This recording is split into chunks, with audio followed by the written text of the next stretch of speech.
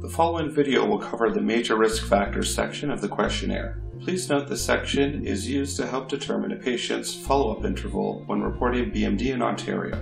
If you are not using the Ontario follow-up algorithms, simply choose KROC and the major risk factors section will not appear. In Ontario, patients are either high risk or low risk. The Ontario guidelines for subsequent testing can be seen on the screen. A high-risk patient means a patient at risk for accelerated bone loss with osteopenia or osteoporosis on any previous BMD testing, or with bone loss in excess of 1% per year as demonstrated by previous BMD testing. A low-risk patient means a patient who is not a high-risk patient. DEXA will determine if a patient is high risk if a major risk factor exists. Major risk factors will automatically appear in the cases where appropriate.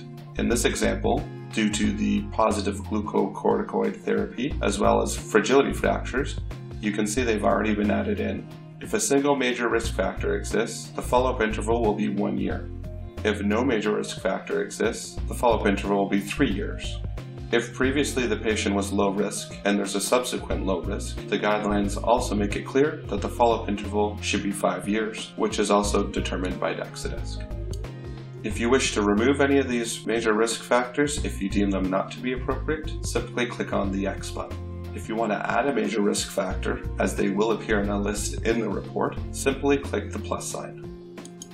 From the drop-down list, a list is provided of major risk factors. Simply choose any appropriate major risk factors that you deem necessary. If other is chosen, feel free to also add your own description.